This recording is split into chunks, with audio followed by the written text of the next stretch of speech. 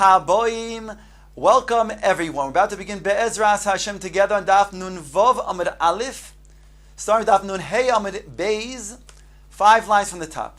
Let us build up the Gemara beginning with the Mishnah. The Mishnah states that after the Kohen Gadol is finished sprinkling the dam of the soy inside the Kodesh HaKadoshim, he wants to come back now to the Heichal and pick up the dam of the par in order to then sprinkle it on the Heichal. What does he do, says the Tanakama? He then takes the right hand that's holding the mizrak of the dam hasoyer.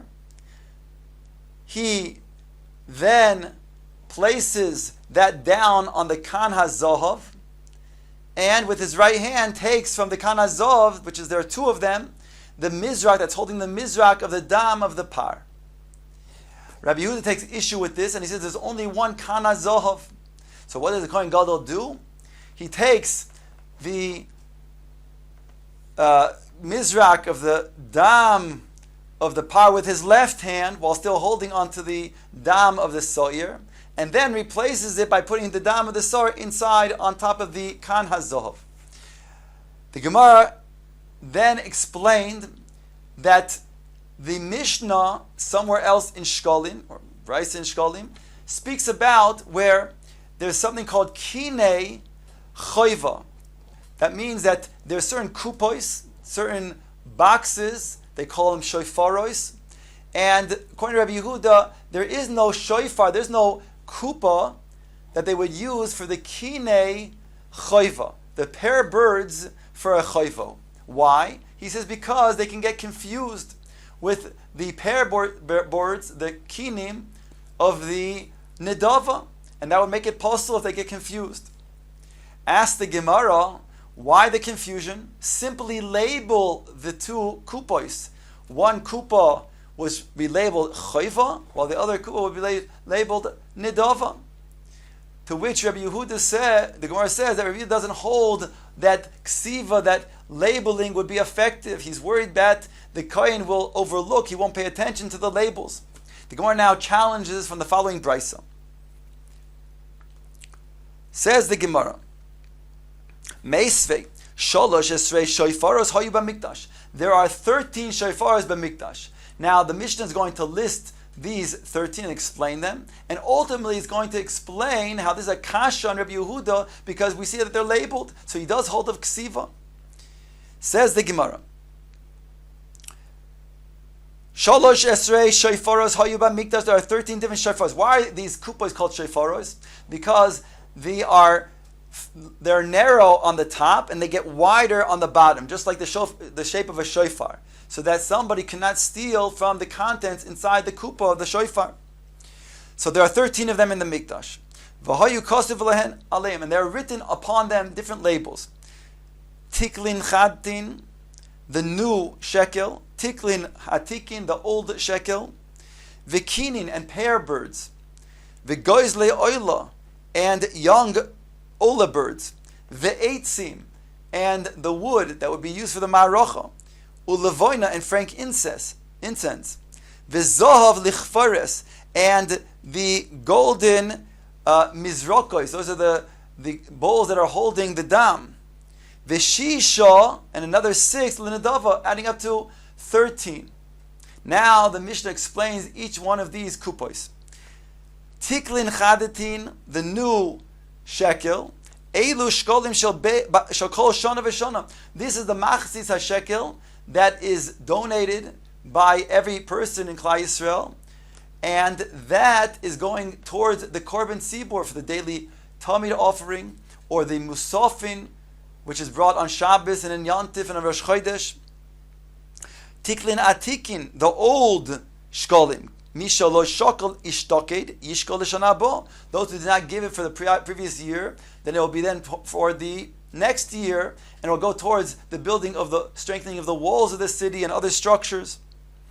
Kinin, these pair birds, hein toirin, referring to the doves. Goizle oila, the oila birds, these are referring to hein b'nei yoina, the pigeons. V'kulon oilois divrei Rabbi Yehuda. And Rabbi Yehuda says it says that they're going to be shisha linedava. they're kulan oilois. They're all going to be oilois. Now that means to say that there's not going to be then that any confusion because they're all going to be labeled. So here we have a kasha on what Rabbi Yehuda said before. Rabbi Yehuda seemed to imply that there's no ksiva, that we don't pay attention to labels and therefore they're not effective. Yet over here, we do have the shofaros that are labeled. And so therefore, they cannot be the reason that Rav Yosef explained above why you can't have kinim choiva as shofaros, because they might get mixed with the kinim of nidava. It can't be because that there is no ksiva, because there is ksiva. So why does he say there might be a taroives of the choiva and the nidava? What is the reason for that? That Rav Yehuda says is a problem to have kupos, to have shofaro shel kinim choiva. Answers the Gemara, Ki Oser Rav Dimi Omar. When Rav Dimi came back from Eretz Yisrael to Bavel, he said, Amei b'marov, they said in Eretz Yisrael the following, Gezeira mishum chato shemesu bailel. There was a gezeira that maybe the owner of the chatos, he died, and therefore that money that he gave will be mixed up with the other chatos, and thereby it'll be posel. Just as a regular chatas, that when the bailim dies, the chatas has to then go to its misa to die, so too the value, the shkolim that were given for this kupa, right, that would also have to be thrown to the yam, and therefore they also have to then be invalid. But now they're mixed together with all of the other valid chatos. So therefore, because of this chashash, Rabbi Yehuda says we cannot have kupos of kinim choiva. Ask the Gemara, Michashinon, is that a chashash? Hooray, it says in the Mishnah, Vatnan, Hasholeach chatos mibedinas hayom, makrivin oisa bechezra shu kayam. If indeed somebody sends a chatos from Medinas Hayam, we have a chazaka that he's alive, and we then use that money towards a korban chatos. We don't assume that maybe he died in the interim. So to over here, we don't have to have a gezerah that we're concerned that maybe he dies and therefore it's mixed up with other chatois that are ksheros, whereby the whole thing is possible. No, we go besar chazaka, and since he sent it when he's alive, we assume that it's fine. Ella, says the Gemara, mishum chato shemesu baalei vadai. Rather, we're we're talking about a situation when the one who sent it, he is dead. We know for a fact that he died. Now, that money of the chatos is mixed together with other chatos that are ksheros, and now it's all together posel. Ask the Gemara, what's the problem?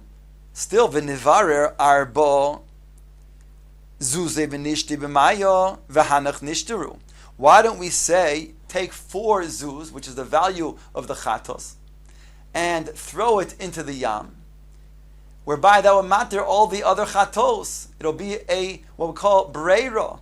In other words, that act will then determine that these 4 zuzim goes towards the chatos that the person who died donated.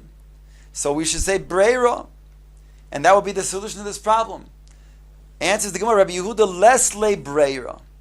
Rather, it must be that Rabbi Yehuda does not hold a breira, and that's why Rabbi Yehuda says that again, the kinim of a chatos choiva, we don't make the kupas, we don't make the shofaros, because it might get mixed together with the nedava and poisel. Minolon, asked the Gemara, from where do we know, what is the source that Rabbi Yehuda holds that there is no breira? We don't use breira in order then to matir the iser. If you want to say from the following Mishnah, now this Mishnah is talking about when a Jew bought wine from a kuti that has to then be taken trumas and maisus from. And now it's right before Shabbos, and he doesn't have any other kalim to then take out the trumas and maisus and put it into. So says the Mishnah, this not halokech yaimi ben akutim erev Shabbos imcha shecha. A Jew buys 100 lug of wine from a kuti on erev Shabbos, and again he doesn't have any other kalim to then pour that wine into by being mafresh trumas and maisers. So what should he do? Oimed va'oimer shnei lugin shani osi lahafrish harehin truma. First he wants to mafrish truma. What does he do? He makes a declaration. He says, of this 100 lug, I'm going to take 2 of the 100 for truma, because since truma is required midirabon to be 1/40th, 1/50th, 1/60th, Beinoni takes 1/50th. So 1/50th of 100 lug is 2 lug. So he separates. He says 2 lug of wine from the 100 lug of wine as truma. On top of nun vav amid aleph. Then he says asara ma'aser rishon. Then he says 10%, which is 10 out of the 100. He's not factoring in the little bit that was taken out for truma. That will go towards ma'aser rishon, that goes to the Levi. Now he's left with 90 lug, a drop less. Tisha ma'aser sheni. He takes 10% out for ma'aser sheni. Mechal, and he's poured it into a matbeya. Now ma'aser sheni is different than the ma'aser rishon, which is given to the Levi.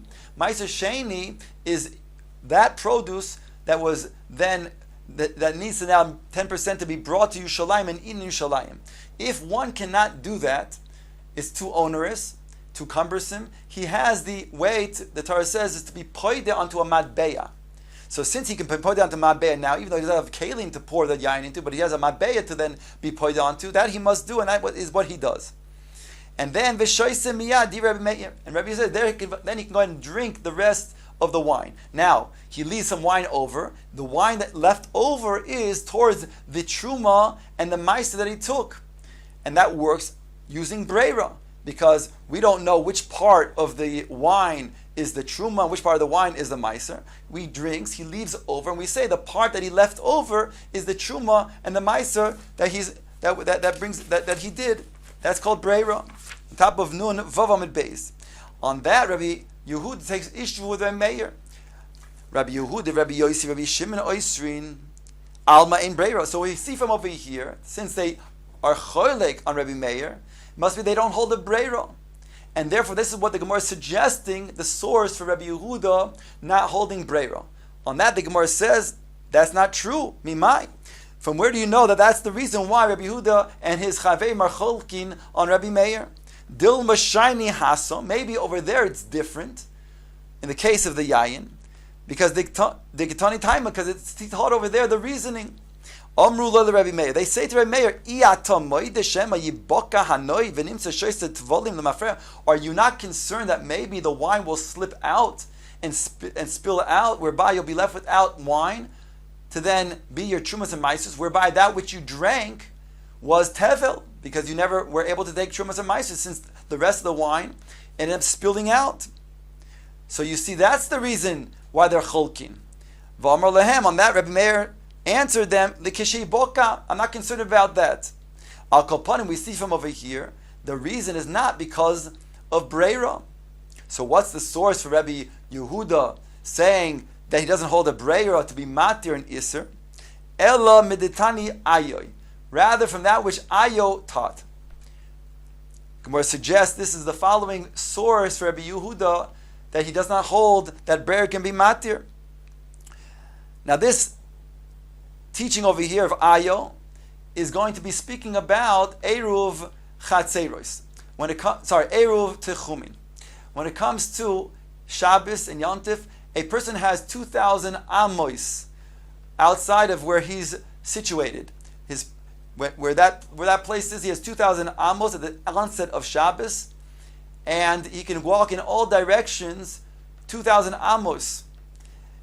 However, the Chachamim enabled him to change his place of Shvisa, to then enable his place of Shvisa to be somewhere else. So, if he's standing in one place, he has 2,000 amos in all directions, and he wants to change his Shvisa before Shabbos, he can make Eruv Techumin, by putting his Eruv, let's say 2,000 amos to the east, and now that's the place where he has 2,000 amos in every direction. He hasn't gained additional amos. In other words, he doesn't have 4,000 amos. He still only has 2,000 amos, but the 2,000 amos is from a different place.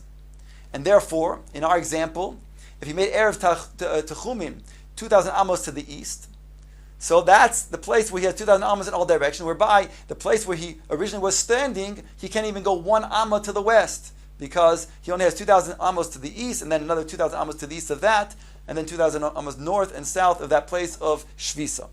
Al Koponim, the Mishnah says as follows. Says the Mishnah that Ayo is teaching. The Tani Ayoy Rabbi Yehuda Omer. Rabbi Yehuda said, Ein Odom Masna Al Shnei Dvarim Ke'echad.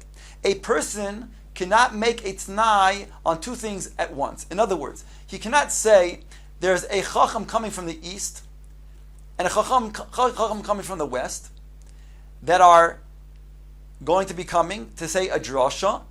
Today, right now, I'm not sure which drasha I want to listen to tomorrow on Shabbos. So I'll make an eruv to the east and an eruv to the west, and I'll decide tomorrow on Shabbos which chacham I will go ahead and listen to, whether it's going to be to the east or to the west. That Rabbi Yehuda says you can't do. Ella im bo chacham lemizrach ve'eruv lemizrach lemarav eruv lemarav. However, if he makes an eruv, he can make an eruv on t'nai that if the chacham comes from the east, then it's valid to the east. If he goes to the west, then it's valid to the west. Aval lekan loy. But to make on both, that he cannot do. To say it's for the chacham that comes to the east and chacham to the west, that he cannot. On that, the Gemara asks, let us understand the chiluk. Ve'avinam bo. Why, when it comes to one chacham that comes and he makes a t'nai that's going to be either from the east, then it'll be the east. The west, that does work, which l'chara works als breira, because right now we don't know whether he's going to come to the east or the west. And we say that whatever he will then come, then there'll be megala lemafreya, there'll be a breira rather, that he indeed meant to do the eruv to the east, that is chal. Yet when it comes to 2 chachamim, when he makes a t'nai, he makes one eruv to the right, one to the east, one eruv to the west, then we don't say breira. What's the chiluk? The Gemara explains. The reason why when there's 2 chachamim it doesn't work because there's no breira. Then why does it work when you say one chacham? If he comes to the east or comes to the west, it will work als breira.